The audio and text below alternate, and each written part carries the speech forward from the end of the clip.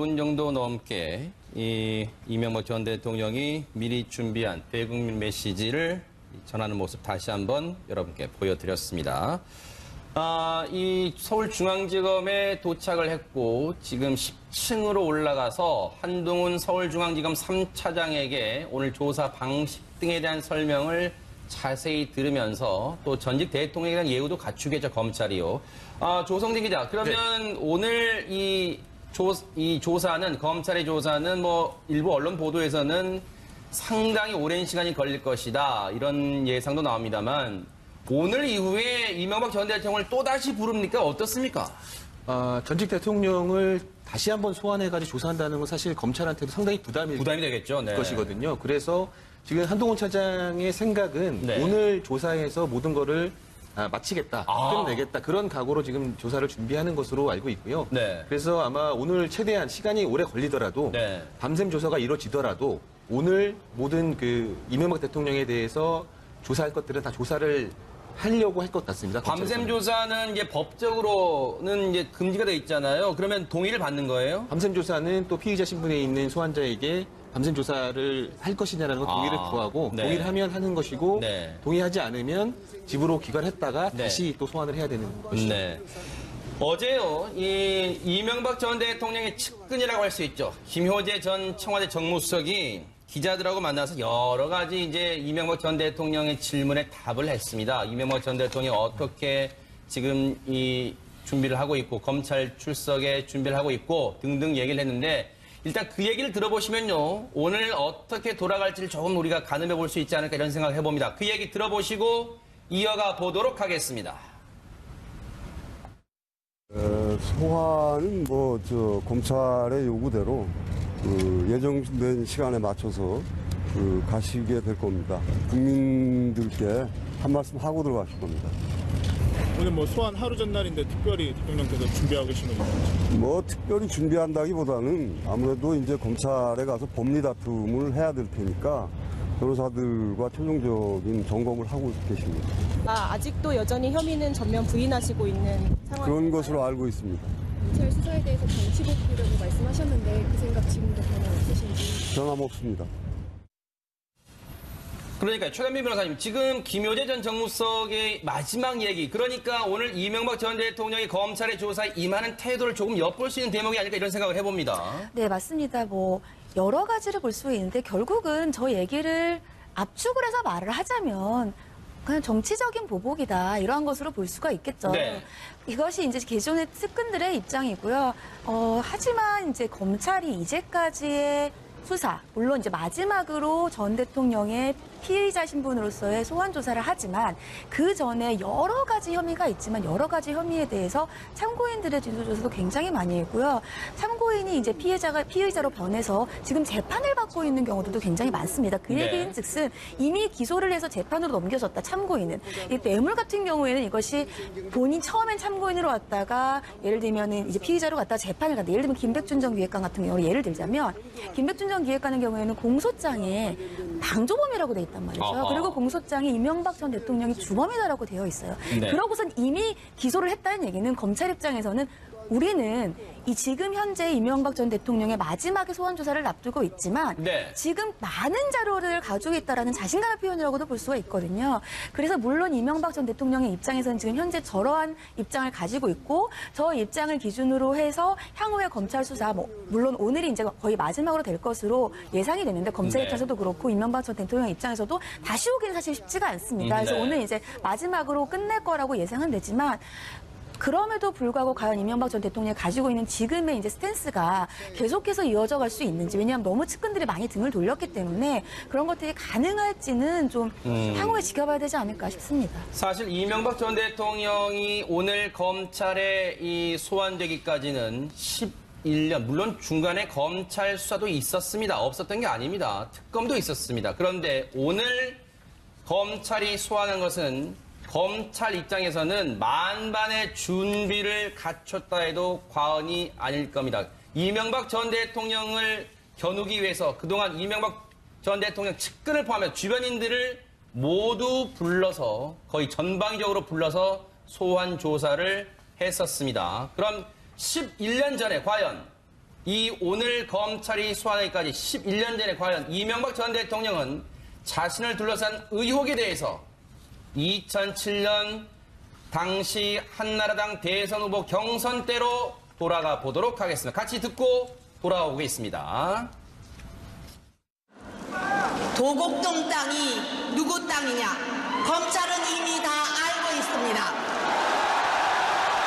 알고도 왜 덮고 있습니까? 떳떳하다면 하늘이 두 쪽이 나더라도 내 땅이 아니라고 말할 것이 아니라 검찰에 동의서만 갖다 주면 됩니다.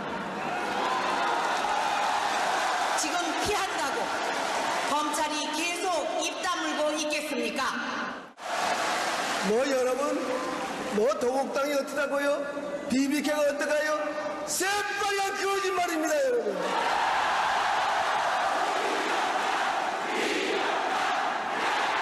저는 그러한 삶을 살아오지 않았습니다, 여러분. 누가 나에게 돌을 던질 수 있습니까, 여러분? 적폐청산이라는 명목으로 보면서 이것이 과연 개혁이냐, 감정풀이냐, 정치적 보복이냐, 이런 의심이 들기 시작했습니다. 적폐청산이라는 이름으로 진행되고 있는 검찰 수사에 대하여 많은 국민들이 보수를 괴멸시키고 또한 이를 위한 정치 공작이자 노무현 대통령의 죽음에 대한 정치 보복이라고 보고 있습니다.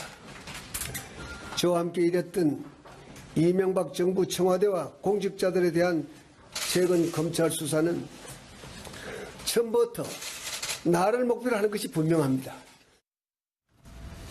최명기 원장님, 2007년 대선 후보, 한나라당 대선 후보 경선 때 당시 혈전이었다고 다들 기억하고 있는데 지금 영상을 보니까 다시 한번 혈전이었다는 걸 새삼 느낄 수 있었는데 2007년 영상과 그리고 최근의 영상, 1월 17일 영상까지 보면 한 가지 공통점이 있는 것 같습니다. 나는 이 의혹과 무관하다. 이런 메시지 아닐까 이런 생각이 듭니다. 자기 부정을 해야 되는 건데요.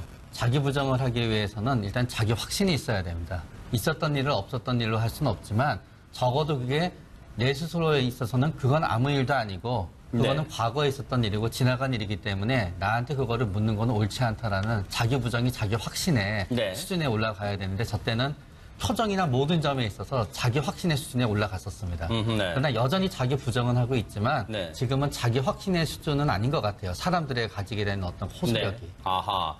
김성환 평론가님, 앞서 제가 오늘 2018년 3월 14일 검찰이 이명박 전 대통령을 포토라인 세운 게 처음이 아니라 이렇게 말씀을 드렸는데 앞서 이명박 전 대통령을 둘러싼 의혹에 대해서는 검찰 수사도 있었고 특검도 있었습니다. 하지만 두 차례 모두 많은 비난을 받았던 것도 사실입니다.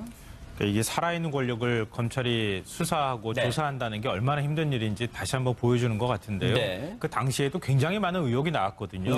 만약에 그때 검찰에서 뭐 특검이든 검찰이든 깔끔하게 만약에 조사를 했다 그러면은 오늘과 같은 이렇게 의혹이 커져가지고 지금 검찰 포트라인에 서는 일은 제가 볼 때 없었을 겁니다. 아, 그랬을까요? 그러니까 지금 이게 이명박 전 대통령이 얘기하는 정치 보복이라고 하는 논리가 잘 국민들한테 설득력을 못 갖는 이유는 그동안에 검찰이 조사한 내용에도 불구하고 특검까지 가서 다 들여봤는데도 불구하고 계속 합리적 의심이 제기될 만한 증거가 나오거나 아니면 의혹들이 제기되고 있었던 거 아닙니까? 근데 그 제기된 의혹들에 대해서 어찌 보면 지금 이제야 와서 제대로 검찰이 한번 들여다보겠다고 하는 메시지로 국민들한테는 읽히거든요. 그러니까 누가 정치적 의도를 갖고 이걸 접근을 하고 검찰 수사를 한다고 국민들이 받아들이지 않는 이유가 이제 바로 그래서 그런 것 같다고 생각되고요. 저는 이제 정치 보복이라고 하는 논리하고 이명박 전 대통령이 혐의가 있느냐 없느냐고 하는 논리는 좀 별개의 문제라고 봐요. 왜냐하면 이 전 대통령이 지금 자꾸 정치 보복이라고 얘기하는 것은 전직 대통령이 됐는데 그동안에 여러 가지 나의 치부가 설령 있다 하더라도 전직 대통령으로서 예우해주고 그냥 덮고 가자. 이런 심리가 저는 깔려있다고 보거든요. 근데 그런 거를 겨우 검찰이 다시 나를 여기까지 불러내는 것 자체 행위만으로 정치 보복이라고 하는 논리가 성립되는 것이고 그거 외에 이 전 대통령이 죄가 있느냐 없느냐는 문제는 그건 유무죄를 가리는 것이기 때문에 그건 별개의 문제다. 네. 근데 이 전 대통령은 그걸 두 가지를 섞어가지고 네. 나는 아무 잘못이 없는데 마치 지금 여기에 불러내는 것처럼 이렇게 지금 얘기하고 있다고 저는 그렇게 생각하고요. 네. 지금 이제 뭐 도곡동 땅 문제부터 결국은 이 문제가 불거지기 시작하지 않았습니까? 근데 도곡동 땅 문제는 이명박 전 대통령 형인 이상은 씨가 그거 동생 거다라고 얘기를 하고 있는 상황이고요. 지금 다스 비자금 그동안 한 300억 정도 조성했다고 하는데 네. 그 일부가 경선 자금으로 앞서 이제 이 전 대통령이 새빨간 거짓말이라고 하는 그 경선 자금으로 돈이 들어간 정황이 또 포착되기도 하고 하는 상황이기 때문에 네. 이 전 대통령이 만약에 검찰에 들어가가지고 조사를 받을 때 난 다 모릅니다. 이렇게 얘기할 수 있겠는가, 과연. 저는 그거 아마 쉽지 않을 거라고 보는데 네. 만약에 이 전 대통령이 부인을 한다 그러면은 저는 그냥 그 부분에 대해서는 할 말 없다고 그냥 묵비권을 행사할 가능성이 이제 높지 않을까 하는 생각이 듭니다. 물론 추정이긴 합니다만. 네. 2018년 3월 14일 오전 9시 30분 우리 국민은요 원했건 원하지 않았건 부끄러운 역사가 되풀이되는 장면을 결국 보고야 말았습니다. 홍순빈 아나운서, 과거 대통령이 검찰의 포토라인 앞에 섰던 경우 여러 차례 있었죠. 그걸 정리해 볼까요? 네, 그러니까 여러 차례 한 4차례 정도 있었는데요. 먼저 이제 그 하나하나 이제 살펴보도록 하겠습니다. 일단 그 전두환 전 대통령이 있었고, 그 다음에 이제 노무현 전 대통령, 그리고 이어서 노태우 대통령, 전두환 대통령, 그리고 노무현 대통령, 박근혜 대통령, 그래서 이어서 이제 이명박 대통령까지 총 5명의 그 전 대통령들이 이제 포토라인에 서게 된 거죠. 오늘 2018년 3월 14일 이명박 전 대통령까지 해서 모두 우리 대한민국 헌정사상 5명의 전직 대통령들이 검찰의 포토라인 앞에 섰습니다. 엄밀히 말하면 전두환 전 대통령은 포토라인에 서지 않았습니다. 이른바 골목성명을 발표해서 국민의 공분을 더 자아낸 바가 있었죠. 당시 검찰에 출석했을 때 전직 대통령들은 무슨 말을 했는지 얘기를 들어보시고 이어가 보도록 하겠습니다. 국민 여러분들에게 정말 송구합니다. 이 사건에 대해서 내 혼자서 모든 책임을 안고 어떤 처벌도 달게 받을 각오입니다. 만일 제가 국가의 헌정 질서를 물랑케 한 범죄자라면 이러한 내란 세력과 야합해온 김 대통령 자신도 이에 대한 응분의 책임을 져야 하는 것이 순리가 아니겠는가 생각합니다. 현 정국의 정치적 필요에 따른 것이라고 보아 저는 검찰의 소환 요구 및 여타의 어떠한 조치에도 협조하지 않을 생각입니다. 국민 여러분께 면목이 없습니다. 실망시켜드려서 죄송합니다. 가서 잘 다녀오겠습니다.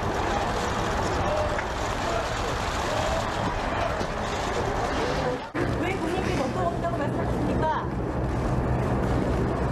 면목 없는 일이 있어요. 신경을 좀 말씀해 주시죠. 다음에 하시죠. 다음에 합시다. 국민 여러분께 송구스럽게 생각합니다. 성실하게 조사에 임하겠습니다.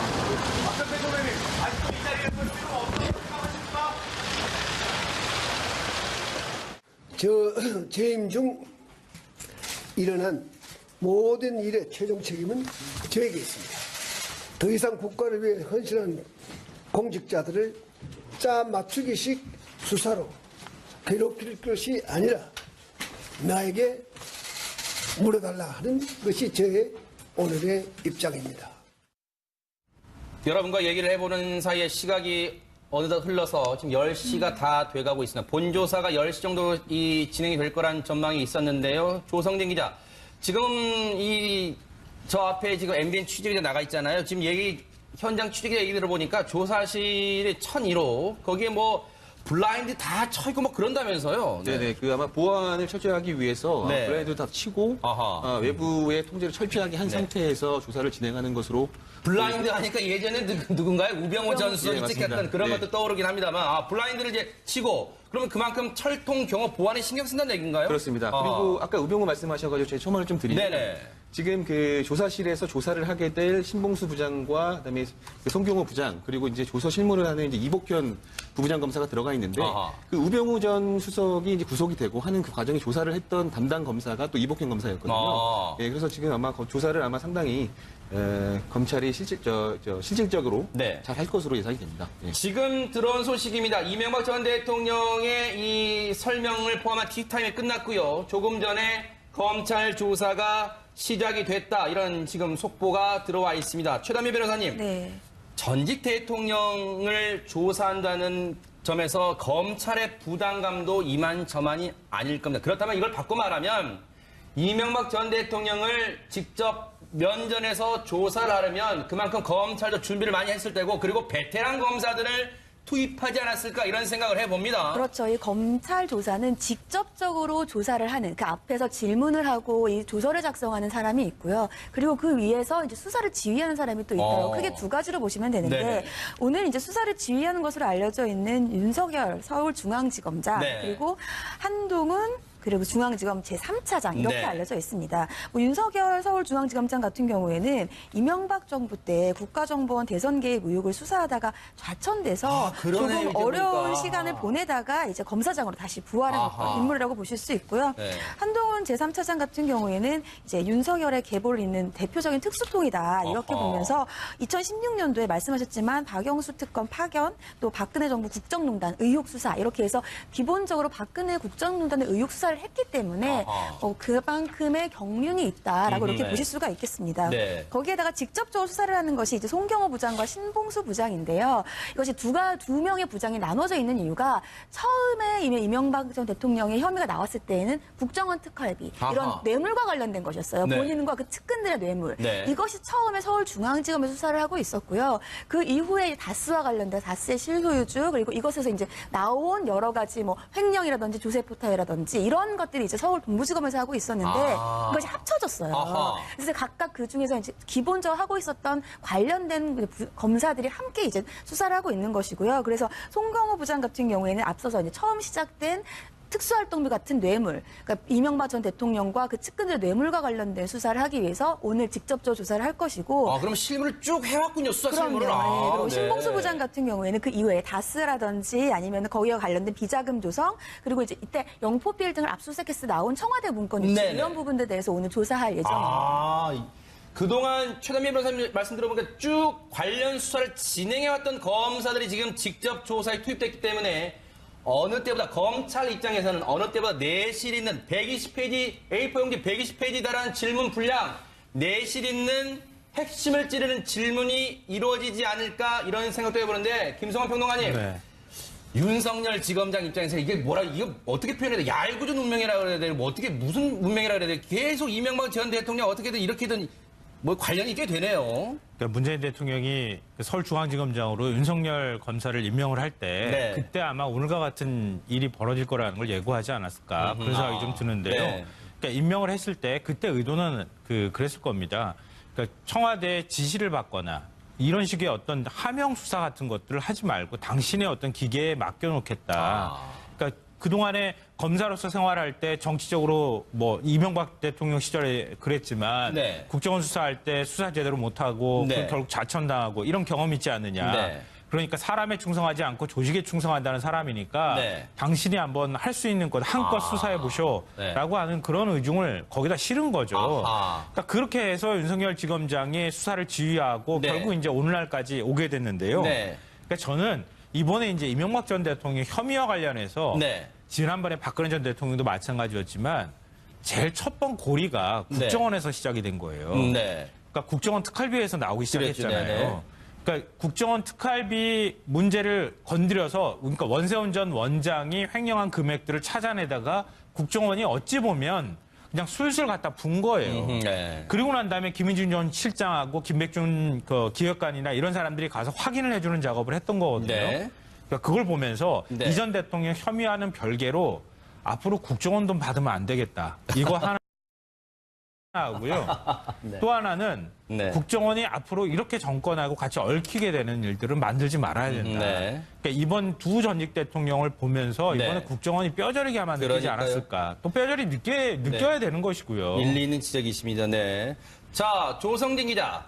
앞서 우리가 창이라고 할 수 있는 검찰 베테랑 검사들 얘기를 해봤다면 이제는 방패 역할을 할 이명박 전 대통령의 변호인단의 얘기도 좀 해봐야 될 텐데 변호인단은 모르긴 몰라도 뭐 아주 이 베테랑 변호인단으로 꾸리지 않았을까 이런 생각을 해봅니다. 베테랑 변호인단으로 꾸리고 싶었던 것 같습니다. 아, 그래요? 예, 아하. 대형 로펌들이나 이런 네. 쪽에 이제 그 수임 의뢰를 했었는데 네. 그 대형 로펌들은 사실 정치적인 사건들을 되게 부담스러워하거든요. 그러겠죠. 아하. 그래서 대형 로펌에 있는 베테랑 변호사들은 섭외를 못했고, 아하. 그래서 이제 또 다른 바른이라고 하는 또 그 로펌에 가서 네. 또 이렇게 좀 의뢰를 했었는데 네. 그쪽에서도 고사를 해서 네. 지금 청와대에서 같이 근무했던 네. 보좌관들 강훈 변호사, 강훈 변호사, 네. 네네. 피영현 변호사, 피영현 변호사, 아하. 김병철 변호사 등 이렇게 총 4명 정도가 이제 꾸려졌거든요. 여기서 이제 바른 출신이라는 것은 현재는 바른 소속이 아니란 얘기예요. 바른 소속돼 있습니까? 어떻습니까? 여기? 현재는 바른 소속이 아니고요. 아하, 이제 출신이라는 얘기가. 열림이라는 법인을 새로 만들었습니다. 네. 이명박 대통령을 이렇게 변호하기 위해서. 아하. 그래서 열림 법무법인 소속으로 돼 있습니다. 네. 저 4명의 변호사가요. 조성진 기자. 네. 이명박 전 대통령이 조사받을 때 한꺼번에 우르르 다 들어가 있어요? 다 들어가지는 않고요. 네. 2명씩 교대로 들어가서 조사실에서 조사 입회할 그거는 겁니다. 법적으로 보호를 받을 수 있는 거죠, 변호사의 조력을. 그렇습니다. 네. 아하. 그러면 2명씩 교대로 이명박 전 대통령이 조사를 받는 동안 입회를 하는 겁니다. 네. 입회를 해서 혹시라도 검사의 질문에 대신 답할 수 있습니까, 혹시? 그 부분은 뭐 네. 최단비 변호사님이 설명해 주실 것 그럴까요? 같습니다. 최단비 변호사님. 네. 대신 답할 수 있습니까? 대신 답할 수 없지는 않습니다. 뭐 변호사가 대신 답할 수 없다 이런 조항은 없어요. 네. 하지만 일반적으로 검찰에서 아니면 경찰에서 수사 단계이지 않습니까? 수사 단계에서 변호인이 함께 입회할 수 있는 권리는 있습니다. 하지만 네. 기본적으로 예를 들자면 사실관계를 파악하거나 이럴 때에는 피의자가 본인의 얘기를 해야 되기 때문에 대부분 피의자가 얘기를 하고요. 거기에서 예를 들자면 피의자가 얘기를 하는데 변호사가 봤을 때 법리적으로 같은 사건이라도 같은 사실관계라도 이렇게 얘기하는 부분과 이렇게 얘기하는 부분이 법리적 해석이 다를 수가 있지 않겠습니까? 전문가 입장에서 봤을 때 그럴 때에는 꼭 동의를 얻을 필요는 없지만 예의상 검사께 동의를 얻고 내 의견은 이렇다라고 해서 그 의견을 얘기를 하면 조사에 함께 해주기 때문에 만약에 얘기를 하고 내가 자르고 그렇지는 않습니다라고 얘기하는 것은 조사의 원활한 협조를 위해서도 되지 않고요. 일반적으로는 그렇게 하고 있지는 않습니다. 네. 이건 그냥 저 개인적인 추정입니다만 혹시라도 말 중간에 끊고 변호인이 개입을 하면 검사 입장에서는 그게 그렇게 달갑지는 않을 것 같긴 합니다. 앞서도 말씀드렸지만 변호인을 구하기가 만만치 않은 과정이 있었다 이런 말씀 드렸잖아요. 그런데요. 김효재 전 청와대 정무수석, 이명박 정부 때 당시 수석이었죠. 이런 기자들과 만나서 이런 얘기도 했습니다. 들어보시고 얘기를 이어가 보도록 하겠습니다. 변호인단 선임에 상당히 어려움이 겪고 있다고 알려져 있는데 그 부분 한 말씀만 해주시죠. 아시다시피 이 대통령께서는 전 재산을 사회 환원하셨습니다. 서울시장 4년 동안 월급도 한 푼도 안 받으셨고요. 지금 사실은 변호인단은 매우 큰 돈이 들어가는데 그에 약간의 어려움이 있습니다. 그게 재정적인 문제. 네, 그렇습니다. 김성환 평론가님, 재정적인 문제에 돈이 없다는 얘기잖아요. 쉽게 말하면. 왜 그런 거예요? 그래서 한때는 대통령 선거에 나가기 전까지만 해도 국회의원 중에서 제일 재산이 많았죠. 이 전 대통령이. 네. 그러니까 한 350억? 그거보다 더 많다고 이렇게 알려져 있었는데 그러니까 대선 직전에 여러 가지 의혹이 터지면서 마지막에 승부수로 이 전 대통령이 던진 게 내 재산, 전 재산을 사회에 환원하겠습니다. 집 한 채만 딱 남기겠습니다. 이렇게 얘기했거든요. 그리고 난 다음에 대통령이 당선이 됐어요. 근데 대통령 당선되고 난 다음에 사회 환원한다는 소식이 없었어요. 그래가지고 사회 환원한다는 약속해놓고 왜 환원 안 하냐 이런 여론이 막 일리니까 2년 정도 아마 뒤로 기억을 하는데 그때 이제 청계재단을 만들고 한 58억 50억 원대 돈을 남겨놓고 나머지 한 330억 정도를 청계재단에 전부 다 출연을 하게 되죠. 네. 근데 물론 이제 청계재단이 그동안에 사회활동을 제대로 했느냐, 네. 한 1년에 4억 정도만 돈을 썼다 그래가지고 그것도 사실 논란이 되고 있기는 네. 한데요. 아하. 이 전 대통령이 그러니까 실제로 공식적으로 남아있는 돈은 그때 기준으로 보면은 네. 한 50억 원대가 남아있는 것이다. 이건 이제 자택 그 가치를 포함하는 것이기 때문에 네. 실제로 금융자산으로 들고 있는 돈은 그렇게 많지 않을 수도 있다. 아하. 이렇게 볼 수 있는데요. 네. 이제 그런 점 때문에 지금 저렇게 김효지 전 수석이 네. 이제 돈이 별로 없다 이렇게 얘기를 하고 있는 것인데 네. 근데 이거는 제가 볼 때는 진짜 이 전 대통령이 돈이 없어서 저렇게 얘기한 걸까? 그건 또 아닌 것 같고요. 네. 앞으로 이제 검찰에서 혐의가 인정되면 뇌물죄가 혐의가 인정될 수 있잖아요. 네. 그러면은 추징도 당할 수도 있고 벌금 낼 수도 있는데 지금 현재 뇌물 액수가 100억이 넘습니다. 이게 추징 뇌물까지 가게 되면 이 전 대통령 지금 남아있는 재산 이걸 다 갖다가 내도 모자랄 판이 돼버렸거든요. 네. 그러니까 재산이 없다고 얘기를 하는 측면이 있을 수 있고요. 또 하나 이건 제 추정이지만 네. 이 전 대통령 앞으로 돼 있는 재산이 없을 수도 있다. 그러니까 이 전 대통령 앞으로 돼 있지 않은 재산들이 있기 때문에 이 전 대통령 이름으로 명의로 네. 돼 있는 재산은 별로 없어서 저런 식으로 얘기할 가능성도 있어 보입니다. 추정입니다. 추정입니다. 네, 조성진 기자. 네. 제가 좀 첨언을 드리자면요. 그럴까요? 네. 그 어제 김효재 전 정무수석이 저렇게 말씀을 해서 저희도 한번 말을 했습니다. 네, 알겠습니다. 말을 해서 저희도 한번 따져봤습니다, 재산을. 그래서 따져보니까 그 이명박 전 대통령이 2013년도에 신고한 재산이 46억 3천만 원이고 그다음에 예금이 9억 5천만 원이 있었습니다. 그러니까 아까 김성환 평론가님 말씀하신 것처럼 50억이 좀 넘는 돈이 재산이 있다라고 신고를 했고 그다음에 이명박 전 대통령이 전직 대통령 예우를 받아서 퇴임 후에 매월 1,200만 원 정도씩 연금을 받았고 해서 지금까지 한 8억 원 정도를 또 받았습니다, 돈을. 네. 그리고 또 사무실 운영비라든지 그다음에 교통이나 통신 이런 모든 그 재반 비용들도 다 정부에서 지원을 해주고요. 네. 그래서 부동산도 갖고 있는데 대지나 주택 같은 게 이제 그 공시 가격이 68억 정도가 되는데 이게 시세로 보면 한 100억 이상 정도 된다라고 합니다. 그래서 그래요? 모든 재산들을 통틀어서 한 150억 이상은 있다라고 추정을 할 수 있을 것 같고요. 네. 근데 이제 그 아까도 말씀드렸다시피 대형 로펌 쪽에다가 이렇게 그 선임을 한번 의뢰를 했을 때 그쪽에서는 아마 시간당 90만 원 정도, 100만 원 정도씩 해서 1년 재판에 한 100억 정도의 수임료를 요구했던 것 같아요. 그래서 그 재산에서 거의 뭐 절반 이상이 되지 않습니까? 그래서 아마 돈이 없어서 못한다 이렇게 말한 것 같기도 하고요. 그런 배경이 있었다. 네, 최명기 원장님, 네네. 그러나 문제는 저는 여전히 변호인단을 꾸리지 못하는 거에 대해서 번지수를 잘못 찾고 있는 점은 있습니다. 왜요? 박근혜 전 대통령은 이명박 전 대통령보다 돈이 더 많지 않았습니다. 그러나 어쨌든지 간에 본인이 원하는 변호인단을 꾸릴 수 있었어요. 왜냐하면 전직 대통령을 변호한다는 거는 커다란 경력이 될 수 있거든요. 그런 다음에 그리고 조금이라도 전직 대통령에 대해서 자신의 정치적 신념과 같아서 존경하는 마음이 있다 그러면 돈 안 받고 할 수 있는 겁니다. 그렇기 때문에 지금 변호인단을 꾸리면서도 그거를 돈으로 해결하고 변호인단이 사람이 안 오는 이유를 돈을 안 받아서 안 온다고 하는 거는 지금 저 재판을 대하는 거 어떤 전체적인 부분을 보게 되는 어떤 저 대통령과 측근의 시각을 갖다 보게 되는 것 같아서 좀 씁쓸합니다. 그러네, 예리하시네요. 네네, 김성환 최명기 원장님도 말씀하셨지만 네. 이게 이제 정치인 출신 대통령하고 기업인 출신 대통령의 차이인 거예요. 기업인 출신들, 기업인은 사실 그 목적 지향적인 사람들이거든요. 매출을 많이 올리고 이익을 많이 올려야 해요. 네. 그 과정에서 어떤 과정들이 있든 그건 별로 중요하지 않아요. 네. 마지막에 이익을 많이 내는 사람이 최고의 CEO예요. 네. 그러니까 그런 도덕적 인식이나 그 생각들을 갖고 있었던 거예요. 네. 그러니까 주변에 있는 사람도 거기에 맞춰서 자기 측근들을 배치하는 거예요. 네. 근데 정치인들 같은 경우에는 가치지향적이에요. 네. 그렇기 때문에 자기와 얼마나 뜻이 맞는 사람들이 네. 모이느냐, 그 사람들을 동지들을 만드는 과정들을 밟거든요. 네. 그러니까 만약에 2007년도 경선 때 저런 의혹들이 제기됐다 그러면은 네. 정치인 같으면은 죄송합니다 이렇게 해가지고 일부 사과하고 아마 도중 하차했을 수도 있는데 이 전 대통령이니까 그건 중요하지 않아. 난 지금이 중요해라고 얘기했을 수 있다는 거죠. 네. 그러니까 지금 변호인단을 못 꾸리는 것도 또 지금 측근들이 다 돌아서는 것도 어찌 보면 뜻을 규합해서 만든 동지가 아니라 자기의 필요에 따라서 사람들을 배치하고 필요가 사라진 대통령직위가 끝나고 난 다음에는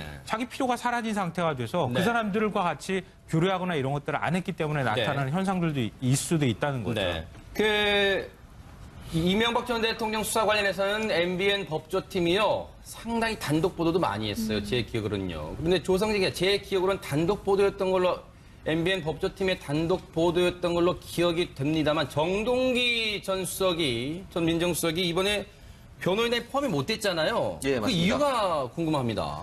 정동기 전 수석이 그 과거에 이명박 전 대통령에 대한 BBK 의혹이라든지 도곡동 땅 의혹에 대해서 수사를 할 때 당시에 대검찰청 차장검사였습니다. 그래요? 그러니까 차장검사라는 것이 보통 차장검사라고 하면 그 부장검사보다 밑에 있는 것처럼 인식될 수가 있는데요. 이게 지금 직책표가 좀 다르거든요.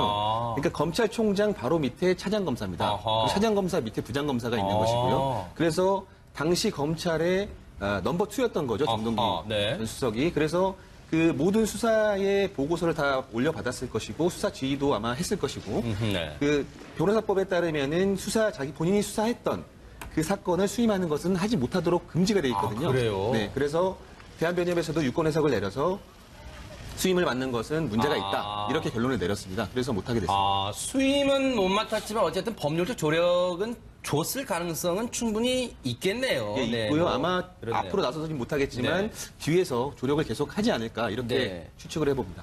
이명박 전 대통령 이제 조금 전부터 본격적인 검찰의 조사가 시작됐다고 하는데 홍순빈 아나운서한테 일단 이 질문을 좀 드려볼게요. 오늘 피의자 신분으로 이제 소환이 됐단 말이에요. 일단은 그러면 뭐 일부 언론 보도에서는 혐의가 뭐 20개가 넘는다 이런 보도도 있습니다만 오늘 이명박 전 대통령이 받고 있는 주요 혐의를 좀 짚어보고 넘어가 보도록 하겠습니다. 네, 주요 혐의라 그러면 이제 가장 먼저 주목할 수 있는 부분이 이제 110억 원대 이제 달하는 뇌물 부분입니다. 네. 이제 세부적으로 보면 삼성이 이제 대신 내준 다스의 미국 소송비가 한 60억 원 정도 있고요. 네. 그다음에 김백준 전 총무기획관 측근 등을 통해서 받았다는 국정원 특수활동비 17억 원. 네. 그리고 이팔성 전 우리금융회장이 이제 청탁 명목으로 건넨 22억 원. 네. 그리고 김소남 전 의원이 공천 헌금 이제 헌금 4억 원을 이제 준 거를 해서 총 한 110억 원 정도가 되고요. 네. 그게 이제 가장 핵심적인 부분일 거고, 그다음에 두 번째가 이제 다스 소유에 관한 부분일 겁니다. 네.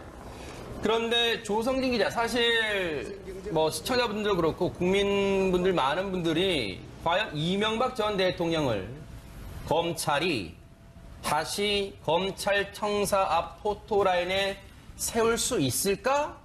많은 분들이 고개를 갸우뚱하면서 반신반의했을 거예요. 그런데 오늘 이명박 전 대통령을 검찰 포토라인에 세운 결정적 진술이랄까요? 어떤 촉매제가 그럴까요? 무엇으로부터 촉발됐다고 볼 수 있습니까? 이 이명박 전 대통령 수사의 단초가 된 것은 일단 측근들의 입이 가장 컸지만요. 그 전에 측근들이 입이 열리기 전에 입이 열리게끔 만든 것은 사실 아까 김성환 평론가가 말씀하신 것처럼 원세훈 전 국정원장의 특활비 그 수사를 하는 과정에서 특수활동비, 특활비 수사를 하는 과정에서 MB정부에서도 특활비를 받았다라는 그 단초가 나왔고 그래서 김백준 전 기획관이 그때 이제 김백준 전 기획관은 2억 원씩 두 번 모두 4억 원을 받은 혐의로 구속이 됐는데 사실 김백준 전 기획관 같은 경우는 그 4억 원이 청와대 기념품 쓰는데 사용이 됐던 것이거든요. 그래서 김백준 전 기획관이 구속이 된 이후에 입장이 바뀌어서 이제 진술을 검찰의 입을 열기 시작했습니다. 그래서 이 이명박 전 대통령이 있는 관련된 주요 혐의들이 김백준 전 기획관의 입을 통해서 나온 것들이 많거든요. 예컨대 삼성 소송비 대납도 그렇고 그리고 국정원 특활비 뭐 이런 부분들이 다 대부분 김백준 전 기획관이 진술을 하면서 인정을 한 부분들이 꽤 있거든요. 그것이 수사의 단초가 된 것 같습니다. 최다비 변호사님, 그런 맥락에서 보면 사실 이명박 전 대통령 관련해서는 앞서 김성환 평론가님의 어떤 분석도 있었습니다만 측근들이 등을 돌린 사람들이 많다. 물론 이명박 전 대통령 입장에서는 배신자로 이제 볼 수 있는 부분이겠죠. 뭐 김희중 전 부속실장 특활비 관련해서 결정적 진술 등 많이 했고요. 김백준 전 청와대 총무기획관 등등 있는데 이 측근들의 마음을 사로잡지 못했던 점, 이명박 전 대통령 입장입니다. 이 측근들이 등을 돌린 부분이 검찰 수사에 어떤 탄력을 받게 했던 촉매제다 이런 분석도 있더라고요. 네, 저는 이제 앞서서 말씀해주신 것도 사실은 이제 처음에 이 수사를 하면서 수사에서 다른 사람들이 입을 열게 한 촉매제가 됐을지 저는 확실합니다. 근데 저는 여기에서 결정적으로 이제 쐐기를 박는 측근의 등을 돌린 것이 저는 사실 이병모 청계재단의 이사장이라고 생각을 해요. 왜냐하면 처음에 물론 말을 하고 다른 사람들이 말을 통해서 진술을 꼬리를 무는 도 중요하지만 특히 가장 큰 혐의가 지금 뇌물이란 말이죠. 네. 뇌물이 뭐 예를 들자면은 특활비도 있고 민간 뇌물도 있고 이 뇌물은 진술만으로 사실 되는 게 아니에요. 왜냐하면 진술을 했을 때 뇌물을 이때까지 많이 보셔서 아시겠지만 이 뇌물이 밑에 있는 사람이 받았을 때 어디까지 올라갔느냐. 지금 딱 이명박 대통령이 하고 있는 얘기가 나는 한 적이 없다, 보고받은 적이 없다 아니겠습니까? 그렇죠. 그러니까 이 자금의 흐름이 이명박 전 대통령까지 가야 되는데 저는 물론 언론을 통해서밖에 내용을 알지 못해서 정확히 구체적으로 검찰이 어떠한 수사 자료를 이병모 이사장으로부터 받았는지는 정확히는 모르겠습니다만 저는 그때 굉장히 유의미한 자금의 출처와 관련된 것들을 받았다고 예상을 합니다. 그래서 그 앞에 있었던 분들 같은 경우에도 그 전지수가 달라진 부분이 그냥 이명박 전 대통령으로부터 인간적인 예를 들면은 더 이상의 신인관계가 없었다거나 그것도 저는 굉장히 중요한 부분이라고 생각을 하지만 네. 본인이 그런 것들을 떠나서 더 이상은 거부를 했을 때에 본인에게 오는 불이익이 더 큰 거예요. 그만큼인즉슨 검찰이 내놓은 증거 자료가 본인이 얘기하는 것과는 상반되는 진술이 너무 많았다는 거죠. 그런데 사실은 그때까지만 해도 진술과 진술의 대립이기 때문에 어느 정도 빠져나갈 구멍은 있을 수 있습니다. 네. 하지만 자금의 출처가 나왔을 때는 더 이상은 어떻게 할 수가 없어서 네. 저는 그런 부분들이 이제 측근들이 마지막으로 등을 돌린 네. 가장 유의미한 진술의 시기가 아니었나 싶습니다. 그게 바로 영포빌딩 지하에서 나온 지하 창고에서 나온 대통령 기록물이잖아요. 그렇죠. 거기 안에 관련 증거들이 다 들어있었다는 거 아닙니까? 네. 그러니까 그것하고 이병모 사무국장하고 같이 이제 연결되는 지점이 있는 거고요. 네. 검찰이 처음 영포빌딩 갔을 때 별로 소득 없이 그냥 돌아왔는데 세 번째 들어갔을 때 우르륵하면서 자료를 들고 나올 수 있었던 것도 네. 결국은 거기에 누가 문건을 빼돌렸다고 하는 진술을 받거나 그런 네. 제보를 받았을 텐데 그 제보의 당사자로 지목되는 사람이 이병모 사무국장이다. 네. 이렇게 보면 될 것 같고요. 네. 지금 혐의는 그러니까 크게 줄거리를 따지면 두 가지예요. 제가 볼 때는. 네. 그러니까 다스와 BBK로 연결되는 이전 대통령, 다스는 누구 겁니까? 라고 얘기했던 게 한 줄거리가 있고요. 네. 또 한 줄거리는 국정원 특활비부터 시작해서 뇌물과 관련되는 게 있는 거예요. 네. 근데 국정원 특활비와 관련된 뇌물 부분들은 그 영포빌딩 지하에서 나온 것하고 국정원을 통해서 쭉 이렇게 연결되는 거고요. 다스는 누구 겁니까? 라고 해서 나오는 것은 제가 볼 때 무리하게 이시영 씨를 다스에 집어넣고 네. 거기에서 다스의 오너로 만드는 과정에서 네. 발생한 집안 싸움 때문이다. 그러니까 거기에서 재산 가지고 다투고 원래 이상원 회장이 이걸 막고 또 김재정 씨는 사실 이름만 올려놓은 거랑 마찬가지인데 이상원 회장이 맡으면서 아들한테 물려주고 어느 정도 지위까지 만들어졌는데 불구하고 이시영 씨가 어느 날 툭 들어가가지고 서로 간에 막 싸우기 시작한 거잖아요. 네. 이러면서 집안이 두 개로 쪼개져 버렸다. 네. 그러면서 집안 사람 어느 누구 하나 이전 대통령 보호하지 않고 다 그동안에 4명이는 가짜로 돼 있었던 거고 이전 대통령 겁니다라고 네. 해서 지금 얘기를 하고 있는 상황이다. 이렇게 보면 될 것 같아요. 네. 사실 영포빌딩 얘기를 딱 하려던 참에 김성환 평론가님 영포빌딩 얘기했습니다만 조성진 기자, 영포빌딩 관련해서 그 MBN 법조팀이 단독 얘기 많이 보도했었는데 거기에 사실 지하 2층이 있었다는 얘기는 사실 거의 모르고 있다가 거의 측근의 진술로 알려졌잖아요. 예, 그렇습니다. 네. 그 진술 측근이 아마 김백준 그렇죠. 전 기획관으로 알고 네. 있고요. 그 아까 말씀하셨던 것들 조금 제가 다시 좀 첨언을 드리자면 이병모 전 청계재단 사무국장의 공소장을 보면 거기에 이제 처음 그 이명박 전 대통령이 다스의 실소유주라고 볼 수 있는 그런 그 워딩이 나오거든요. 그러니까 실주주라는 표현을 검찰이 쓰거든요. 그러니까 다스가 이명박 전 대통령의 소유라고 결론을 내리고 수사를 들어가는 거라고 볼 수 있고요. 그게 왜 중요한 거냐면 아까 김성환 평론가가 얘기했듯이 그 뇌물 부분이 이제 국정원하고 특활비 부분 관련되라고 말씀하셨는데 다스도 또 뇌물과 연관된 부분이 있습니다. 왜냐하면 그 삼성이 그 소송비를 대납해준 부분이 있어요. 그게 이명박 전 대통령이 다스의 실소유주가 돼야 뇌물죄가 입증이 되는 것이고 만약에 다스가 이명박 전 대통령의 실소유주가 아니다라고 결론이 나면 그 부분은 제3자 뇌물이 또 되는 거거든요. 그럼 또 복잡해집니다. 그래서 직접 뇌물로 아마 수사하는 것이 훨씬 더 입증하는 것이 더 수월할 것이기 때문에 예, 그래서 아마 최단비 변호사님, 만약 그렇다면요, 오늘 뭐 동의를 얻는다면 이명박 전 대통령의 동의를 얻는다면 밤샘 조사까지도 검찰은 계획하는 것 같습니다. 그러면 만약에 검찰이 이 추궁하는 질문과 이명박 전 대통령의 대답이 다를 경우 혹시 이명박 전 대통령의 측근들과 대질 신문을 벌일 가능성도 있을까요? 대제신문을 벌일 가능성이 일반적인 사건에서는 저는 굉장히 높다고 보는데 이것이 지금 이 사건은 전 대통령의 검찰 소환이기 때문에 그런 부분들이 앞서서 우리가 얘기를 했지만 검찰에서도 부담이 되고 이명박 전 대통령도 다시 한번 나오기에는 굉장히 부담이 되니까 오늘 거의 새벽까지도 이루어질 것이라고 조사가 이루어질 것이라고 보는 거거든요. 그래서 만약에 검찰 입장에서 지금 굳이 대제 수사를 받을 필요가 없는 정도의 유의미한 물적인 증거를 가지고 있다. 왜냐하면은 이명박 전 대통령의 상반되는 참고인의 진술과 참고인 진술만 하면 대립이 되면 진술과 진술이기 때문에 신빙성 싸움이 되는데 얘기를 했는데 이명박 전 대통령이 이렇게 얘기했지만 이거 보세요 하면서 물적 증거를 내민다. 예를 들자면 자금의 흐름이라든지 아니면 이런 것들을 내밀었을 때에는 굳이 대제 조사까지도 필요 없을 수도 있거든요. 보통은 하지만 이번 사건의 특성상 그렇기 때문에 그 부분은 검찰이 어느 정도의 유의미한 자료를 가지고 있는지에 따라서 달라질 것으로 보입니다.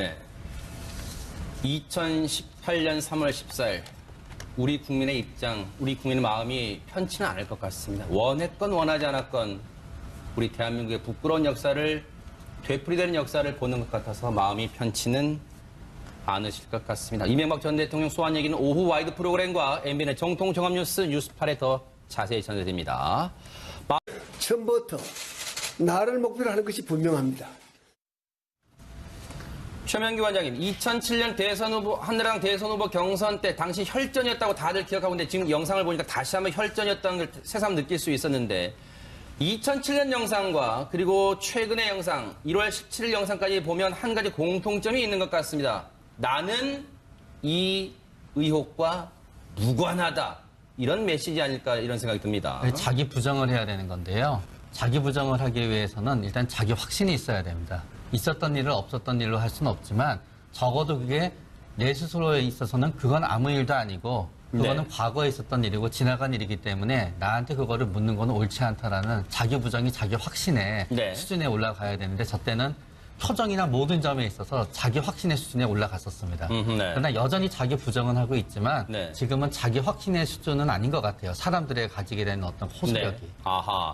김성환 평론가님, 앞서 제가 오늘 2018년 3월 14일 검찰이 이명박 전 대통령을 포토라인에 세운 게 처음이 아니라 이렇게 말씀을 드렸는데 앞서 이명박 전 대통령을 둘러싼 의혹에 대해서는 검찰 수사도 있었고 특검도 있었습니다. 하지만 두 차례 모두 많은 비난을 받았던 것도 사실입니다.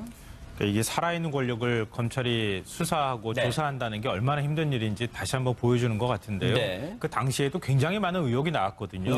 만약에 그때 검찰에서 뭐 특검이든 검찰이든 깔끔하게 만약에 조사를 했다 그러면은 오늘과 같은 이렇게 의혹이 커져가지고 지금 검찰 포트라인에 서는 일은 제가 볼 때 없었을 겁니다. 그랬을까요? 그러니까 지금 이게 이명박 전 대통령이 얘기하는 정치 보복이라고 하는 논리가 잘 국민들한테 설득력을 못 갖는 이유는 그동안에 검찰이 조사한 내용에도 불구하고 특검까지 가서 다 들여봤는데도 불구하고 계속 합리적 의심이 제기될 만한 증거가 나오거나 아니면 의혹들이 제기되고 있었던 거 아닙니까? 근데 그 제기된 의혹들에 대해서 어찌 보면 지금 이제야 와서 제대로 검찰이 한번 들여다보겠다고 하는 메시지로 국민들한테는 읽히거든요. 그러니까 누가 정치적 의도를 갖고 이걸 접근을 하고 검찰 수사를 한다고 국민들이 받아들이지 않는 이유가 이제 바로 그래서 그런 것 같다고 생각되고요.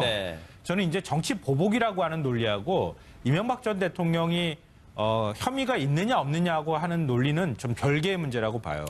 왜냐하면 이 전 대통령이 지금 자꾸 정치 보복이라고 얘기하는 것은 전직 대통령이 됐는데 그동안에 여러 가지 나의 치부가 설령 있다 하더라도 전직 대통령으로서 예우해주고 그냥 덮고 가자. 이런 심리가 저는 깔려있다고 보거든요. 근데 그런 거를 겨우 검찰이 다시 나를 여기까지 불러내는 것 자체 행위만으로 정치 보복이라고 하는 논리가 성립되는 것이고 그거 외에 이 전 대통령이 죄가 있느냐 없느냐는 문제는 그건 유무죄를 가리는 것이기 때문에 그건 별개의 문제다. 근데 이 전 대통령은 그걸 두 가지를 섞어가지고 나는 아무 잘못이 없는데 마치 지금 여기에 불러내는 것처럼 이렇게 지금 얘기하고 있다고 저는 그렇게 생각하고요. 지금 이제 뭐 도곡동 땅 문제부터 결국은 이 문제가 불거지기 시작하지 않았습니까? 근데 도곡동 땅 문제는 이명박 전 대통령 형인 이상은 씨가 그거 동생 거다라고 얘기를 하고 있는 상황이고요. 지금 다스 비자금 그동안 한 300억 정도 조성했다고 하는데 그 일부가 경선 자금으로 앞서 이제 이 전 대통령이 새빨간 거짓말이라고 하는 그 경선 자금으로 돈이 들어간 정황이 또 포착되기도 하고 이렇게 하는 상황이기 때문에 이 전 대통령이 만약에 검찰에 들어가가지고 조사를 받을 때 난 다 모릅니다. 이렇게 얘기할 수 있겠는가, 과연. 저는 그거 아마 쉽지 않을 거라고 보는데 네. 만약에 이 전 대통령이 부인을 한다 그러면은 저는 그냥 그 부분에 대해서는 할 말 없다고 그냥 묵비권을 행사할 가능성이 이제 높지 않을까 하는 생각이 듭니다. 물론 추정이긴 합니다만. 네. 2018년 3월 14일 오전 9시 30분 우리 국민은요 원했건 원하지 않았건 부끄러운 역사가 되풀이되는 장면을 결국 보고야 말았습니다. 홍순빈 아나운서, 과거 대통령이 검찰의 포토라인 앞에 섰던 경우 여러 차례 있었죠. 그걸 정리해 볼까요? 네, 그러니까 여러 차례 한 4차례 정도 있었는데요. 먼저 이제 그 하나하나 이제 살펴보도록 하겠습니다. 일단 그 전두환 전 대통령이 있었고, 그 다음에 이제 노무현 전 대통령, 그리고 이어서 노태우 대통령, 전두환 대통령, 그리고 노무현 대통령, 박근혜 대통령, 그래서 이어서 이제 이명박 대통령까지 지금 총 5명의 그 전 대통령들이 이제 포토라인에 서게 된 거죠. 오늘 2018년 3월 14일 이명박 전 대통령까지 해서 모두 우리 대한민국 헌정사상 5명의 전직 대통령들이 검찰의 포토라인 앞에 섰습니다. 엄밀히 말하면 전두환 전 대통령은 포토라인에 서지 않았습니다. 이른바 골목성명을 발표해서 국민의 공분을 더 자아낸 바가 있었죠. 당시 검찰에 출석했을 때 전직 대통령들은 무슨 말을 했는지 얘기를 들어보시고 이어가 보도록 하겠습니다. 국민 여러분들에게 정말 송구합니다. 이 사건에 대해서 내 혼자서 모든 책임을 안고 어떤 처벌도 달게 받을 각오입니다. 만일 제가 국가의 헌정 질서를 물랑케 한 범죄자라면 이러한 내란 세력과 야합해온 김 대통령 자신도 이에 대한 은근의 책임을 져야 하는 것이 순리가 아니겠는가 생각합니다. 현 정국의 정치적 필요에 따른 것이라고 보아 저는 검찰의 소환 요구 및 여타의 어떠한 조치에도 협조하지 않을 생각입니다. 국민 여러분께 면목이 없습니다. 실망시켜드려서 죄송합니다. 가서 잘 다녀오겠습니다.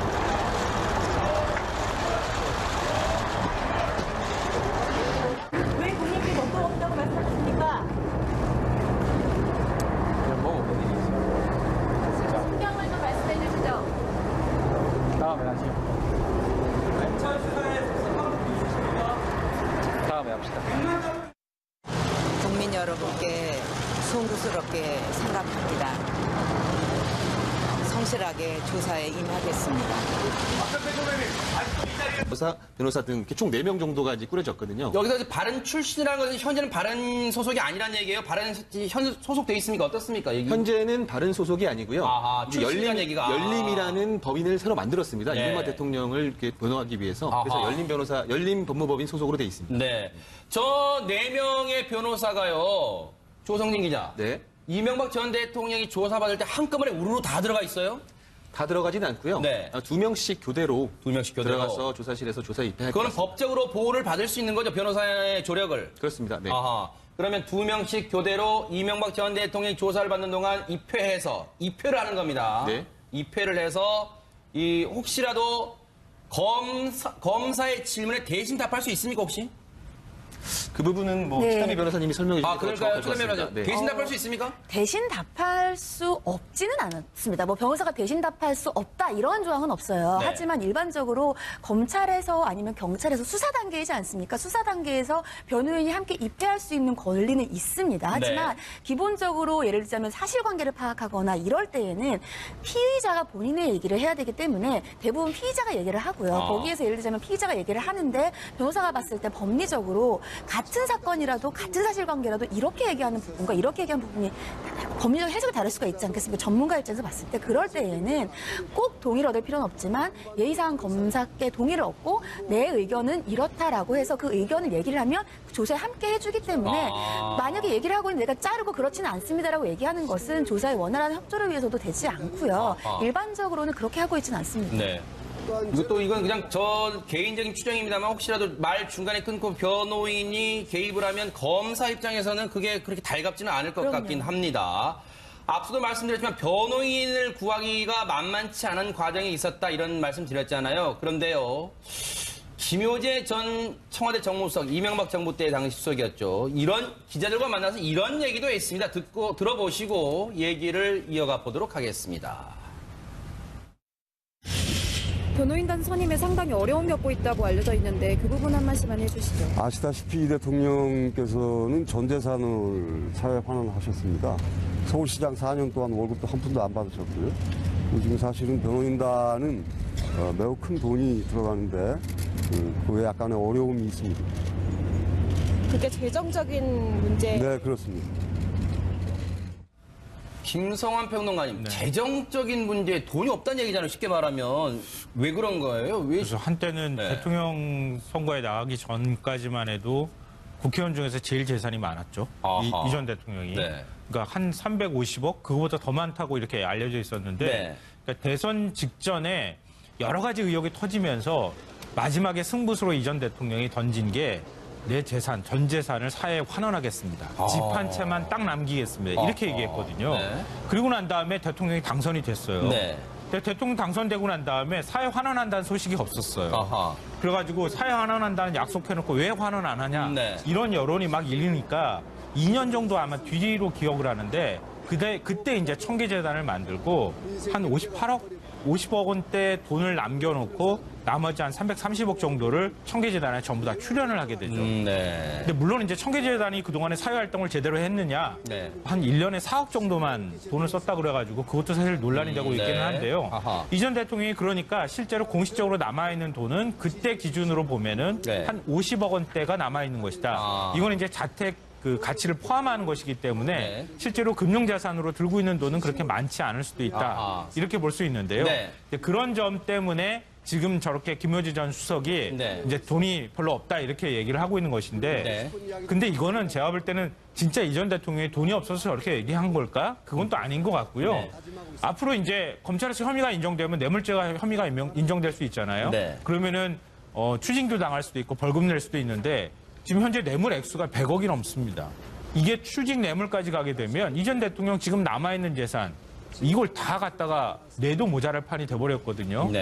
그러니까 재산이 없다고 얘기를 하는 측면이 있을 수 있고요. 또 하나 이건 제 추정이지만 이 전 대통령 앞으로 돼 있는 재산이 없을 수도 있다. 그러니까 이 전 대통령 앞으로 돼 있지 않은 재산들이 있기 때문에 이 전 대통령 이름으로 명의로 돼 있는 재산은 별로 없어서 저런 식으로 얘기할 가능성도 있어 보입니다. 추정입니다. 네, 조성진 기자. 제가 좀 첨언을 드리자면요. 그럴까요? 그 어제 김효재 전 정무수석이 저렇게 말씀을 해서 저희도 한번 알겠습니다. 말을 해서 저희도 한번 따져봤습니다. 재산을. 그래서 따져보니까 그 이명박 전 대통령이 2013년도에 신고한 재산이 46억 3천만 원이고 그다음에 예금이 9억 5천만 원이 있었습니다. 그러니까 아까 김성환 평론가님 말씀하신 것처럼 50억이 좀 넘는 돈이 재산이 있다라고 신고를 했고 그다음에 이명박 전 대통령이 전직 대통령 예우를 받아서 퇴임 후에 매월 1,200만 원 정도씩 연금을 받았고 해서 지금까지 한 8억 원 정도를 또 받았습니다. 돈을.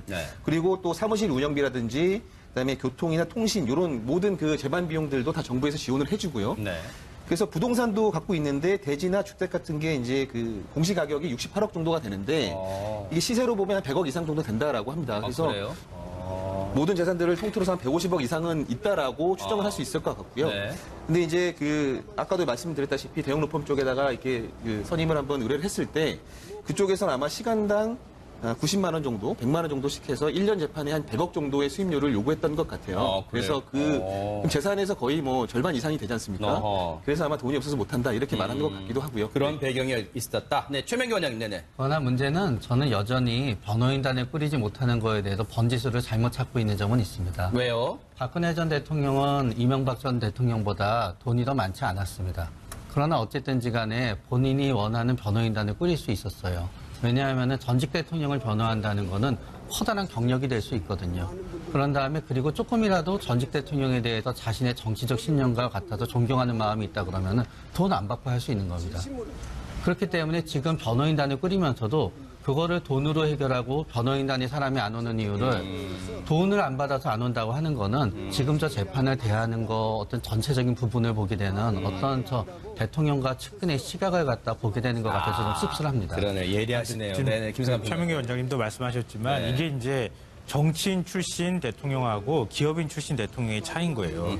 기업인 출신들, 기업인은 사실 그 목적 지향적인 사람들이거든요. 매출을 많이 올리고 이익을 네. 많이 올려야 해요. 네. 그 과정에서 어떤 과정들이 있든 그건 별로 중요하지 않아요. 네. 마지막에 이익을 많이 내는 사람이 최고의 CEO예요. 네. 그러니까 그런 도덕적 인식이나 그 생각들을 갖고 있었던 거예요. 네. 그러니까 주변에 있는 사람도 거기에 맞춰서 자기 측근들을 배치하는 거예요. 네. 근데 정치인들 같은 경우에는 가치지향적이에요. 네. 그렇기 때문에 자기와 얼마나 뜻이 맞는 사람들이 네. 모이느냐, 그 사람들을 동지들을 만드는 과정들을 밟거든요. 네. 그러니까 만약에 2007년도 경선 때 저런 의혹들이 제기됐다 그러면은 네. 정치인 같으면은 죄송합니다 이렇게 해가지고 일부 사과하고 아마 도중 하차했을 수도 있는데 이 전 대통령이니까 그건 중요하지 않아. 난 지금이 중요해라고 얘기했을 수 있다는 거죠. 네. 그러니까 지금 변호인단을 못 꾸리는 것도 또 지금 측근들이 다 돌아서는 것도 어찌 보면 뜻을 규합해서 만든 동지가 아니라 자기의 필요에 따라서 사람들을 배치하고 필요가 사라진 대통령직위가 끝나고 난 다음에는 네. 자기 필요가 사라진 상태가 돼서 네. 그 사람들과 같이 교류하거나 이런 것들을 안 했기 때문에 나타나는 현상들도 있을 수도 있다는 거죠. 네. 그 이명박 전 대통령 수사 관련해서는 MBN 법조팀이요 상당히 단독 보도도 많이 했어요. 제 기억으로는요. 그런데 조성진이 제 기억으로는 단독 보도였던 걸로 MBN 법조팀의 단독 보도였던 걸로 기억이 됩니다만 정동기 전 수석이 전 민정수석이 이번에 변호인단에 포함이 못 됐잖아요. 예, 그 맞습니다. 이유가 궁금합니다. 정동기 전 수석이 그 과거에 그 이명박 전 대통령에 대한 BBK 의혹이라든지 도곡동 땅 의혹에 대해서 수사를 할 때 당시에 대검찰청 차장검사였습니다. 아, 그래요? 그러니까 차장검사라는 것이 보통 차장검사라고 하면 그 부장검사보다 밑에 있는 것처럼 인식될 수가 있는데요. 이게 지금 직책표가 좀 다르거든요.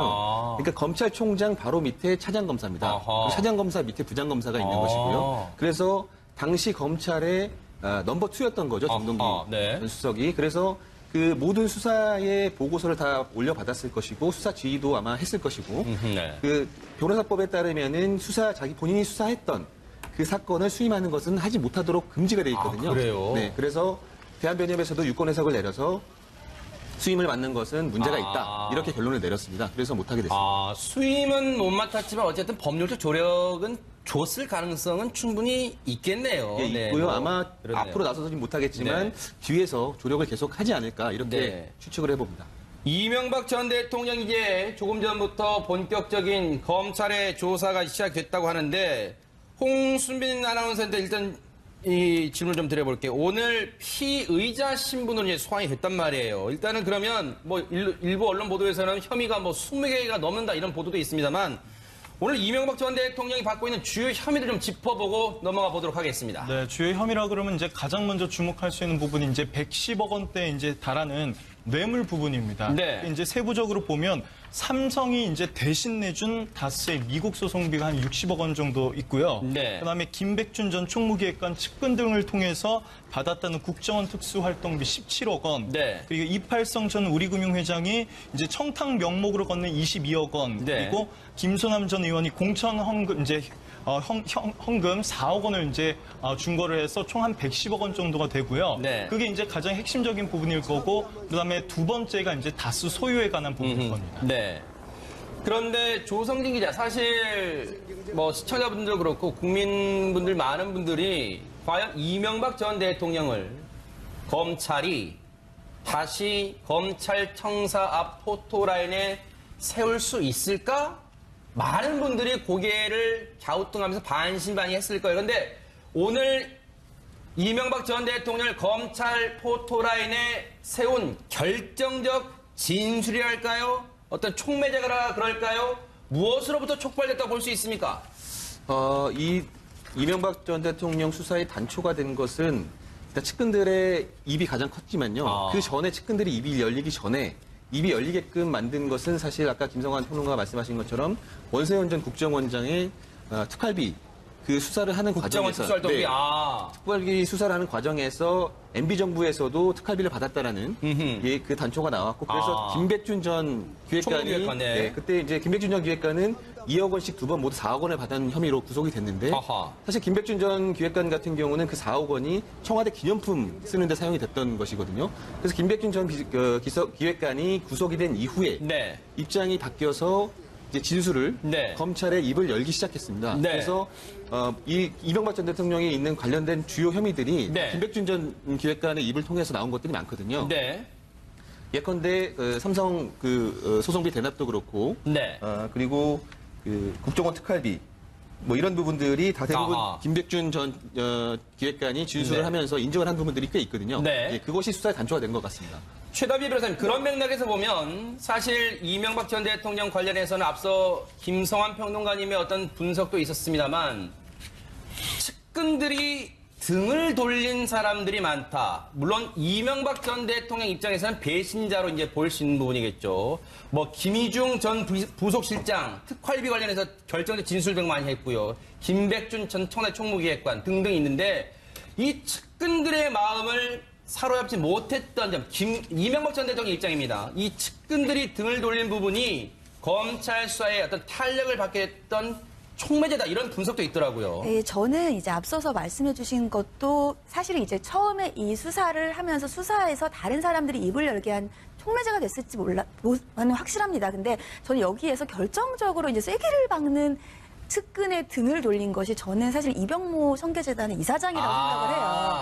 왜냐하면 처음에 물론 말을 하고 다른 사람들이 말을 통해서 진술을 꼬리를 무는 것도 중요하지만 특히 가장 큰 혐의가 지금 뇌물이란 말이죠. 뇌물이 뭐 예를 들자면은 특활비도 있고 민간 뇌물도 있고 이 뇌물은 진술만으로 사실 되는 게 아니에요. 왜냐하면 진술을 했을 때 뇌물을 이때까지 많이 보셔서 아시겠지만 이 뇌물이 밑에 있는 사람이 받았을 때 어디까지 올라갔느냐. 지금 딱 이명박 대통령이 하고 있는 얘기가 나는 한 적이 없다, 보고받은 적이 없다 아니겠습니까? 그렇죠. 그러니까 이 자금의 흐름이 이명박 전 대통령까지 가야 되는데 저는 물론 언론을 통해서밖에 내용을 알지 못해서 정확히 구체적으로 검찰이 어떠한 수사 자료를 이병모 이사장으로부터 받았는지는 정확히는 모르겠습니다만 저는 그때 굉장히 유의미한 자금의 출처와 관련된 것들을 받았다고 예상을 합니다. 그래서 그 앞에 있었던 분들 같은 경우에도 그 전지수가 달라진 부분이 그냥 이명박 전 대통령으로부터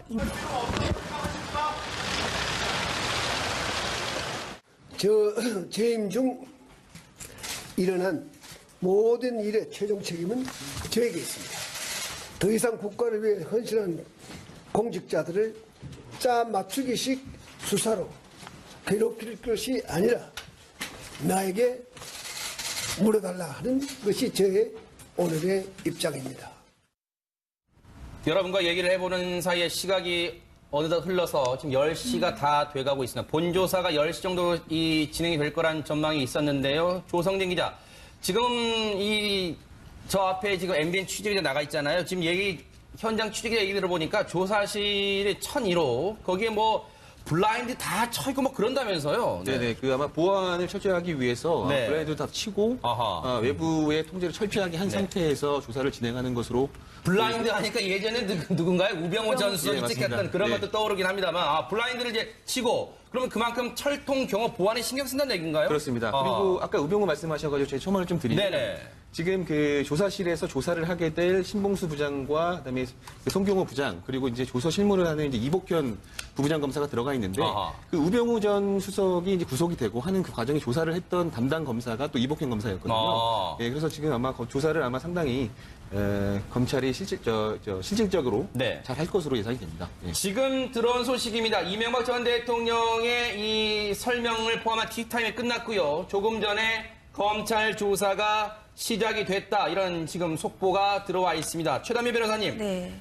전직 대통령을 조사한다는 점에서 검찰의 부담감도 이만저만이 아닐 겁니다. 그렇다면 이걸 바꿔 말하면 이명박 전 대통령을 직접 면전에서 조사를 하려면 그만큼 검찰도 준비를 많이 했을 때고 그리고 베테랑 검사들을 투입하지 않았을까 이런 생각을 해봅니다. 그렇죠. 이 검찰 조사는 직접적으로 조사를 하는 그 앞에서 질문을 하고 이 조서를 작성하는 사람이 있고요. 그리고 그 위에서 이제 수사를 지휘하는 사람이 또 있어요. 크게 두 가지로 보시면 되는데 네네.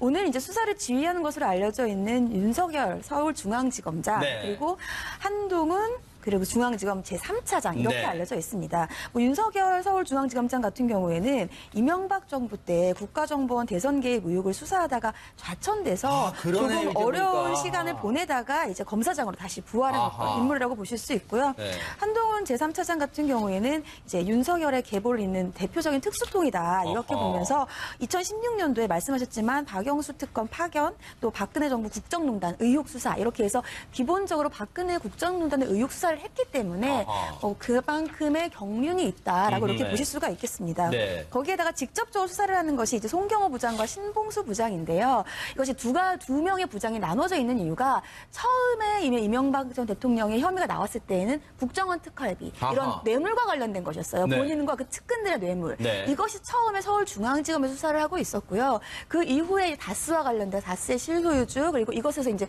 나온 여러 가지 뭐 횡령이라든지 조세포탈이라든지 이런 것들이 이제 서울 동부지검에서 하고 있었는데 이것이 합쳐졌어요. 아하. 그래서 각각 그 중에서 이제 기본적으로 하고 있었던 관련된 검사들이 함께 이제 수사를 하고 있는 것이고요. 그래서 송경호 부장 같은 경우에는 앞서서 이제 처음 시작된 특수활동비 같은 뇌물, 그러니까 이명박 전 대통령과 그 측근들의 뇌물과 관련된 수사를 하기 위해서 오늘 직접적으로 조사를 할 것이고. 그럼 실무를 쭉 해왔군요, 수사 실무를. 그럼요. 그리고 네. 신봉수 부장 같은 경우에는 그 이후에 다스라든지 아니면 거기와 관련된 비자금 조성 그리고 이제 이때 영포필 등을 압수수색해서 나온 청와대 문건 유출 네네. 이런 부분들에 대해서 오늘 조사할 예정입니다. 그동안 최단민 변호사님 말씀 들어보니까 쭉 관련 수사를 진행해왔던 검사들이 지금 직접 조사에 투입됐기 때문에 어느 때보다 검찰 입장에서는 어느 때보다 내실 있는 120페이지 A4 용지 120페이지 달하는 질문 분량 내실 있는 핵심을 찌르는 질문이 이루어지지 않을까 이런 생각도 해보는데 김성환 평론가님 네. 윤석열 지검장 입장에서 이게 이거 어떻게 표현해야 돼? 야일구전 운명이라고 그래야 돼? 뭐 어떻게 무슨 운명이라고 그래야 돼? 계속 이명박 전 대통령 어떻게든 이렇게든 뭐 관련이 꽤 되네요. 그러니까 문재인 대통령이 서울중앙지검장으로 윤석열 검사를 임명을 할 때 네. 그때 아마 오늘과 같은 일이 벌어질 거라는 걸 예고하지 않았을까 그런 생각이 좀 드는데요. 네. 그러니까 임명을 했을 때 그때 의도는 그랬을 겁니다. 그러니까 청와대의 지시를 받거나 이런 식의 어떤 하명 수사 같은 것들을 하지 말고 당신의 어떤 기계에 맡겨놓겠다. 그러니까 그동안에 검사로서 생활할 때 정치적으로 뭐 이명박 대통령 시절에 그랬지만 네. 국정원 수사할 때 수사 제대로 못하고 네. 결국 좌천당하고 이런 경험이 있지 않느냐. 네. 그러니까 사람에 충성하지 않고 조직에 충성한다는 사람이니까 네. 당신이 한번 할 수 있는 것 한껏 수사해 보쇼라고 네. 하는 그런 의중을 거기다 실은 거죠. 아하. 그러니까 그렇게 해서 윤석열 지검장이 수사를 지휘하고 네. 결국 이제 오늘날까지 오게 됐는데요. 네. 그러니까 저는 이번에 이제 이명박 전 대통령 혐의와 관련해서 네. 지난번에 박근혜 전 대통령도 마찬가지였지만 제일 첫 번 고리가 네. 국정원에서 시작이 된 거예요. 네. 그러니까 국정원 특활비에서 나오기 시작했잖아요. 네네. 그러니까 국정원 특활비 문제를 건드려서 그러니까 원세훈 전 원장이 횡령한 금액들을 찾아내다가 국정원이 어찌 보면 그냥 술술 갖다 분 거예요. 네. 그리고 난 다음에 김인준 전 실장하고 김백준 기획관이나 이런 사람들이 가서 확인을 해주는 작업을 했던 거거든요. 네. 그러니까 그걸 보면서 네. 이 전 대통령 혐의와는 별개로 앞으로 국정원 돈 받으면 안 되겠다. 이거 하나 하고요. 네. 또 하나는 네. 국정원이 앞으로 이렇게 정권하고 같이 얽히게 되는 일들을 만들지 말아야 된다. 네. 그러니까 이번 두 전직 대통령을 보면서 이번에 네. 국정원이 뼈저리게만 느끼지 그러니까요. 않았을까. 또 뼈저리 느껴야 되는 것이고요. 일리 있는 지적이십니다. 네. 자, 조성진 기자. 앞서 우리가 창이라고 할 수 있는 검찰 베테랑 검사들 얘기를 해봤다면 이제는 방패 역할을 할 이명박 전 대통령의 변호인단의 얘기도 좀 해봐야 될 텐데 변호인단은 모르긴 몰라도 뭐 이 베테랑 변호인단으로 꾸리지 않았을까 이런 생각을 해봅니다. 베테랑 변호인단으로 꾸리고 싶었던 것 같습니다. 아, 그래요? 예, 어허. 대형 로펌들이나 이런 네. 쪽에 이제 수임 의뢰를 했었는데 네. 그 대형 로펌들은 사실 정치적인 사건들을 되게 부담스러워하거든요. 그러겠죠. 아하. 그래서 대형 로펌에 있는 베테랑 변호사들은 섭외를 못했고, 아하. 그래서 이제 또 다른 바른이라고 하는 또 로펌에 가서 네. 또 이렇게 좀 의뢰를 했었는데 네. 그쪽에서도 고사를 해서 지금 청와대에서 같이 근무했던 보좌관들 강훈 변호사, 네네. 피영현 변호사, 김병철 변호사 1분 정도 넘게 이 이명박 전 대통령이 미리 준비한 대국민 메시지를 전하는 모습 다시 한번 여러분께 보여드렸습니다. 이 서울중앙지검에 도착을 했고 지금 10층으로 올라가서 한동훈 서울중앙지검 3차장에게 오늘 조사 방식 등에 대한 설명을 자세히 들으면서 또 전직 대통령에 대한 예우도 갖추겠죠, 검찰이요. 조성진 기자, 그러면 오늘 이 조사는, 검찰의 조사는 뭐 일부 언론 보도에서는 상당히 오랜 시간이 걸릴 것이다, 이런 예상도 나옵니다만 오늘 이후에 이명박 전 대통령을 또다시 부릅니까? 어떻습니까? 전직 대통령을 다시 한번 소환해가지고 조사한다는 건 사실 검찰한테도 상당히 부담이 되겠죠. 것이거든요. 그래서 지금 한동훈 차장의 생각은 오늘 조사해서 모든 거를 마치겠다, 끝내겠다, 그런 각오로 지금 조사를 준비하는 것으로 알고 있고요. 그래서 아마 오늘 최대한 시간이 오래 걸리더라도 밤샘 조사가 이루어지더라도 오늘 모든 이명박 대통령에 대해서 조사할 것들은 다 조사를 하려고 할 것 같습니다. 밤샘 조사는 이제 법적으로는 이제 금지가 돼 있잖아요. 그러면 동의를 받는 거예요? 밤샘 조사는 또 피의자 신분에 있는 소환자에게 밤샘 조사를 할 것이냐라는 거 동의를 구하고 동의를 하면 하는 것이고 동의하지 않으면 집으로 귀가했다가 다시 또 소환을 해야 되는 것이죠. 어제요, 이 이명박 전 대통령의 측근이라고 할 수 있죠. 김효재 전 청와대 정무수석이 기자들하고 만나서 여러 가지 이제 이명박 전 대통령의 질문에 답을 했습니다. 이명박 전 대통령이 어떻게 지금 이 준비를 하고 있고 검찰 출석에 준비를 하고 있고 등등 얘기를 했는데 일단 그 얘기를 들어보시면요. 오늘 어떻게 돌아갈지를 조금 우리가 가늠해 볼 수 있지 않을까 이런 생각을 해봅니다. 그 얘기 들어보시고 이어가 보도록 하겠습니다. 소환은 검찰의 요구대로 예정된 시간에 맞춰서 가시게 될 겁니다. 국민들께 한 말씀 하고 들어가실 겁니다. 오늘 뭐 소환 하루 전날인데 특별히 대통령께서 준비하고 계시는 거 있나요? 특별히 준비한다기보다는 아무래도 이제 검찰에 가서 법리 다툼을 해야 될 테니까 변호사들과 최종적인 점검을 하고 계십니다. 아직도 여전히 혐의는 전면 부인하시고 있는 상황. 그런 것으로 알고 있습니다. 검찰 수사에 대해서 정치 복귀라고 말씀하셨는데 그 생각 지금도 변화 없으신지? 변함없습니다. 그러니까 최단민 변호사님, 지금 김효재 전 정무수석의 마지막 얘기, 그러니까 오늘 이명박 전 대통령이 검찰의 조사에 임하는 태도를 조금 엿볼 수 있는 대목이 아닐까 이런 생각을 해봅니다. 네, 맞습니다. 여러 가지를 볼 수 있는데 결국은 저 얘기를 압축을 해서 말을 하자면 그냥 정치적인 보복이다, 이러한 것으로 볼 수가 있겠죠. 이것이 이제 기존의 측근들의 입장이고요. 하지만 이제 검찰이 이제까지의 수사, 물론 이제 마지막으로 전 대통령의 피의자 신분으로서의 소환 조사를 하지만 그 전에 여러 가지 혐의가 있지만 여러 가지 혐의에 대해서 참고인들의 진술 조사도 굉장히 많이 했고요. 참고인이 이제 피의자로 변해서 지금 재판을 받고 있는 경우들도 굉장히 많습니다. 그 얘기인즉슨 이미 기소를 해서 재판으로 넘겨졌다, 참고인은. 이 뇌물 같은 경우에는 이것이 본인 처음엔 참고인으로 왔다가 예를 들면은 이제 피의자로 갔다가 재판을 갔다. 예를 들면 김백준 전 기획관 같은 경우로 예를 들자면 김백준 전 기획관의 경우에는 공소장에 방조범이라고 돼 있단 말이죠. 그리고 공소장에 이명박 전 대통령이 주범이다라고 되어 있어요. 그러고선 이미 기소를 했다는 얘기는 검찰 입장에서는 우리는 이 지금 현재 이명박 전 대통령의 마지막에 소환 조사를 앞두고 있지만 지금 많은 자료를 가지고 있다라는 자신감의 표현이라고도 볼 수가 있거든요.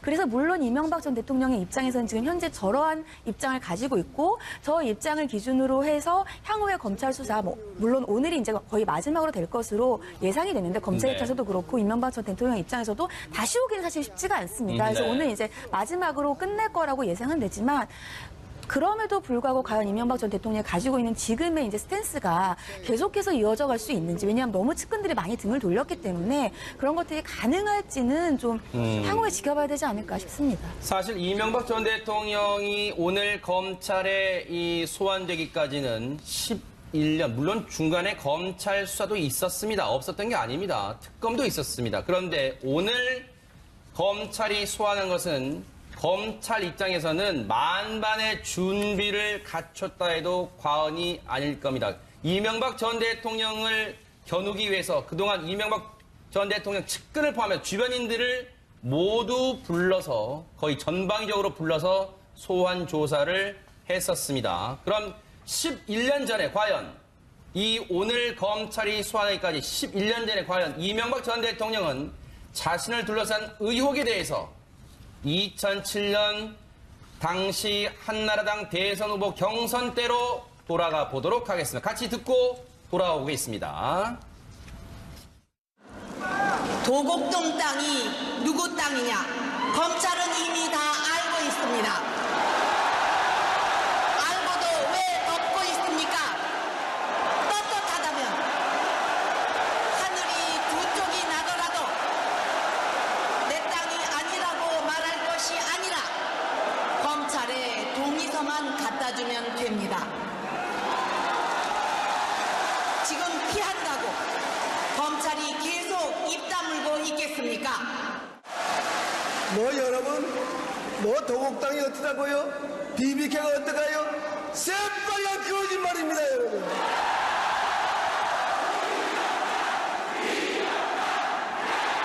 저는 그러한 삶을 살아오지 않았습니다, 여러분. 누가 나에게 돌을 던질 수 있습니까, 여러분? 적폐청산이라는 명목으로 보면서 이것이 과연 개혁이냐, 감정풀이냐, 정치적 보복이냐 이런 의심이 들기 시작했습니다. 적폐청산이라는 이름으로 진행되고 있는 검찰 수사에 대하여 많은 국민들이 보수를 괴멸시키고 또한 이를 위한 정치 공작이자 노무현 대통령의 죽음에 대한 정치 보복이라고 보고 있습니다. 저와 함께 일했던 이명박 정부 청와대와 공직자들에 대한 최근 검찰 수사는